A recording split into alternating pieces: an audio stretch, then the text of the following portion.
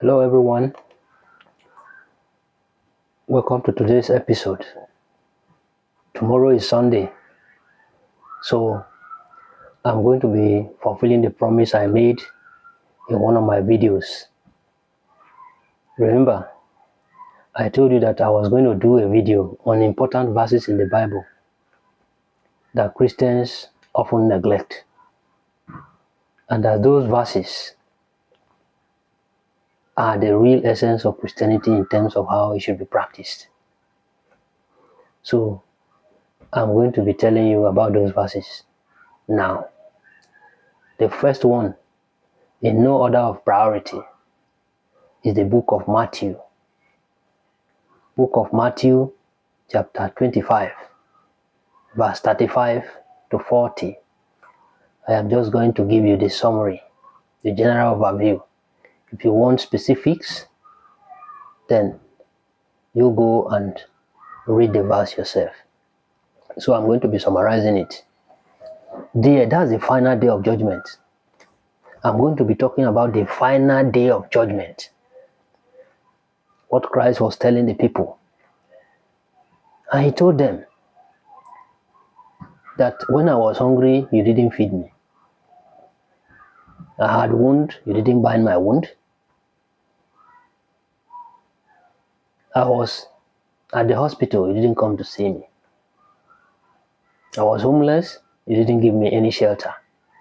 That's the final day of judgment. Those that he was going to turn away, that heaven is not for them.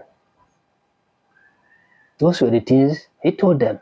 And they were like, because they were shocked, they were like, Master, when did we see that you were hungry and we didn't feed you? He said, insofar as you do it to thy brother, you have done it to me.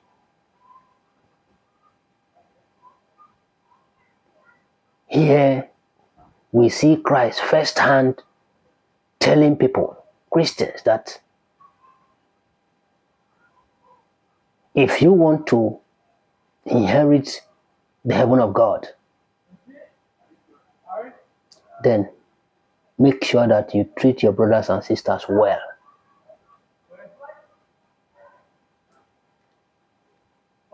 The theme of his message to these people that he was going to turn away is love. Love your neighbor. Treat people well. Did you see any instruction from him?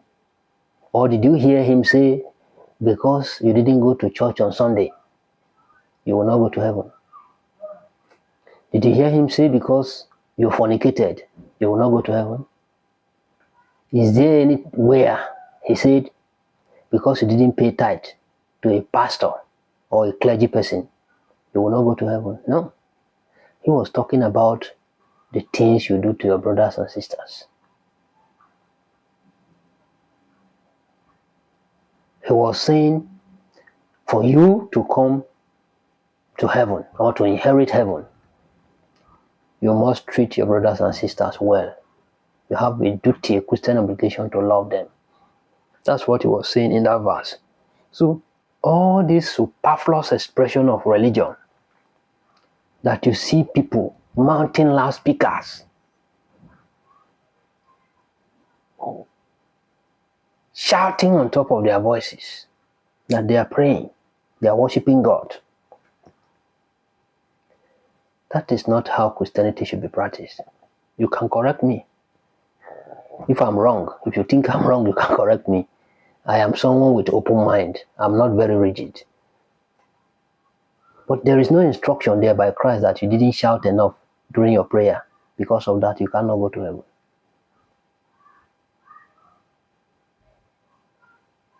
So that is the first one. Then the second one I'm going to be talking about is the book of Proverbs. Proverbs chapter 14, verse 31. There it was stated clearly that kindness to the poor is an act of worship. Remember that. Kindness to the poor is an act of worship. I'm doing this video because there are Christians, those who consider themselves Christians, who think that, or who believe that, if you don't go to church, every Sunday, or you are not into church activities, you cannot have a relationship with God. God doesn't exist outside the corridor of a church. And that you must open your mouth to pray and ask God what to do for you. If they see that if they don't hear you pray, one day they will just ask you, Theophilus, I notice that you don't pray. And you ask them, what is prayer? How do you pray? You say you have to worship God, you have to pray. But here in the book of Proverbs, chapter 14, verse 31, the information there is saying kindness to the poor is an act of worship. How about I tell you that I worship my own God through act of kindness to poor people? Because when I give to people, I don't announce. I spend a lot on people, but I don't announce it. So this judgmental behavior of people who believe that they possess absolute truth, the way they do their stuff is the best. So you that you don't practice it the same way they do, you have a problem. That is the genesis of the problem we're having in Africa.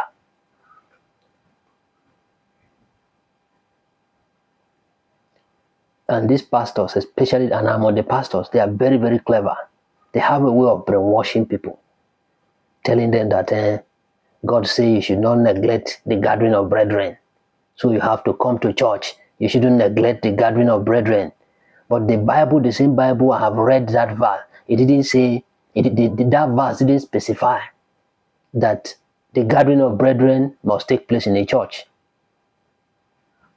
There was no specification in terms of time when that gathering should occur. The Bible did not specify whether that gathering is spiritual or is physical. And there is no specification that that gathering must be presided over by a priest or a pastor. So the question you might want to ask is, what actually is this gathering? Is there any spiritual connotation to this gathering? Could it be that this gathering is just about people living in a community, that I should have a relationship with them and not neglect them? Does this gathering mean communal living? And I should have a relationship with the people in my community? Because there is no specification that that gathering must take place in a church that is presided over by a priest. It must take place early in the morning around 10 a.m. to 11 a.m. So those are the questions that we must ask. Proverb is saying here that kindness to the poor is an act of worship. So if I help the poor people, I am worshiping God. So for people who believe that God, the biblical God, doesn't exist outside the corridor of a church, I'm telling you this evening that you can worship God quietly in your own way. Don't let anybody hoodwink you into believing that unless you go to church, you cannot have a relationship with God. That is why some of them, they come to me with that, I'm sorry to say, with that ignorance. I just look at them. I don't even want to argue. Sometimes I don't even argue with some of them. I will just tell them off straight away. Because I know it's all this emotional argument, They haven't taken their time to read the Bible. Look, I was a very good student of the Bible, CRK.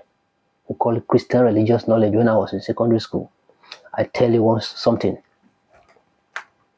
During my secondary school days, after we read the Bible and then we do the course, any verse or any chapter they will tell us, write down the moral lesson. I was very good at drafting moral lesson. When I read and I write the moral lesson, I usually score very high. So I read the Bible very well. The same way I read the textbooks I buy, that's how I read the Bible. Can never get tired of reading it. So when people come to me with all these emotional debates, someone had told them something, they don't read it themselves, they want to just come and force it down my throat. That's when I tell them off. And some of them, they get very angry. I just told you, there is nowhere Christ told the people that because you didn't pay tithe or you didn't go to church on Sunday, I am not going to open the gate of heaven to you. Say, no. Insofar as you have done this to the least of your brother, you have done it to me. Let me take you to another verse in the Bible that is very, very important.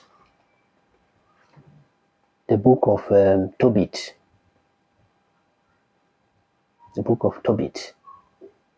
There it is stated that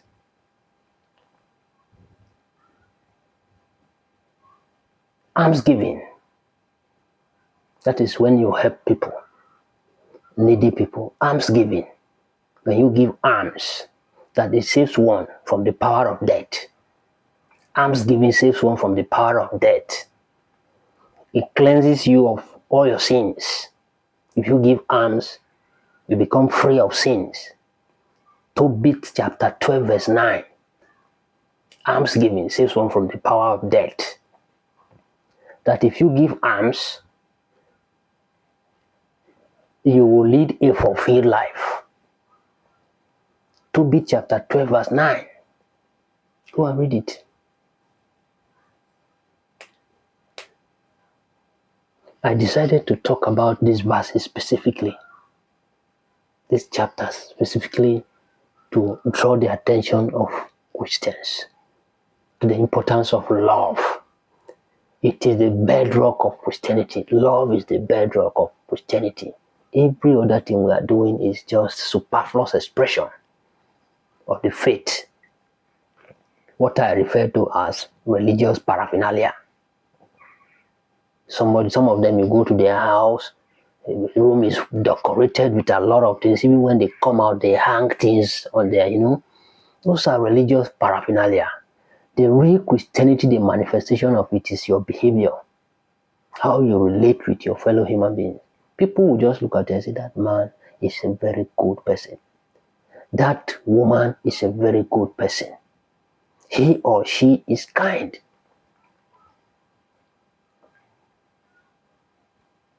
Kindness to the poor is an act of worship. There is no instruction there that you have to mount the loudspeaker and prevent people from sleeping. That you have to go somewhere. Some of them, when they are in the university, you see them, they are doing, speaking tongue. They are speaking in tongues. And they shout and disturb the peace in the neighborhood. There is no instruction there like that.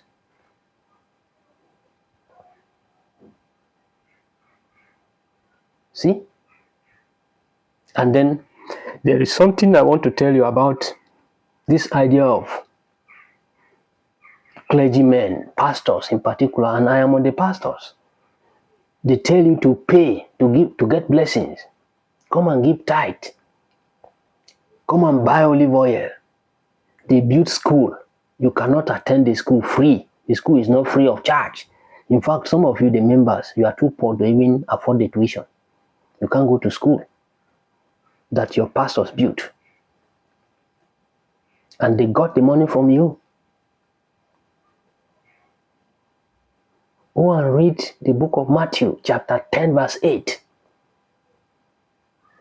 There, it is stated, Christ was telling the disciples, the power to heal, I give it to you free. Go out there and heal people free.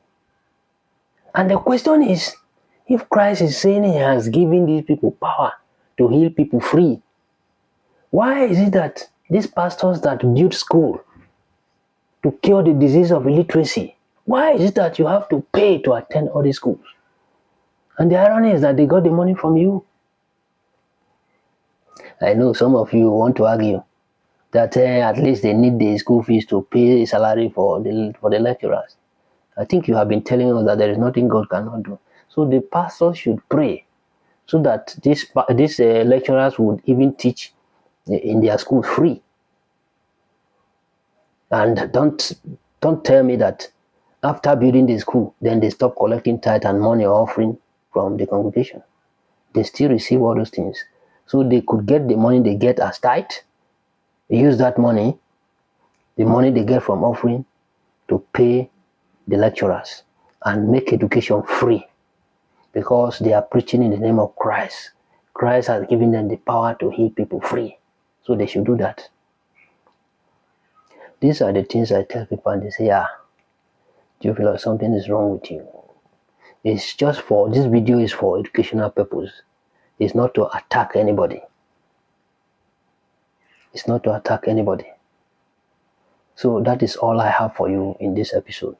So as you go to your church tomorrow, remember these verses.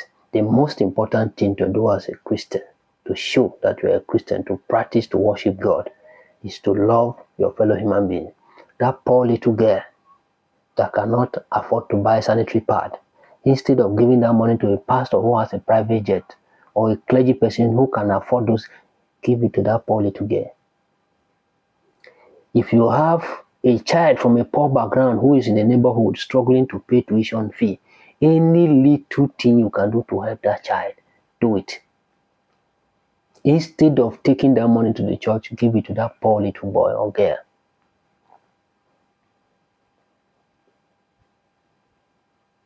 I came from a humble background. If a child is going to school, even if it is one notebook, buy it for that child. If it is pen to write, if that is what you can afford, buy it for that child. You are worshiping God. Don't let anybody deceive you. Kindness to the poor is an act of worship. That's what I have for you in this episode. Like this my video, subscribe, and share with friends and family. Thank you very much, and God bless you. I will see you in my next video.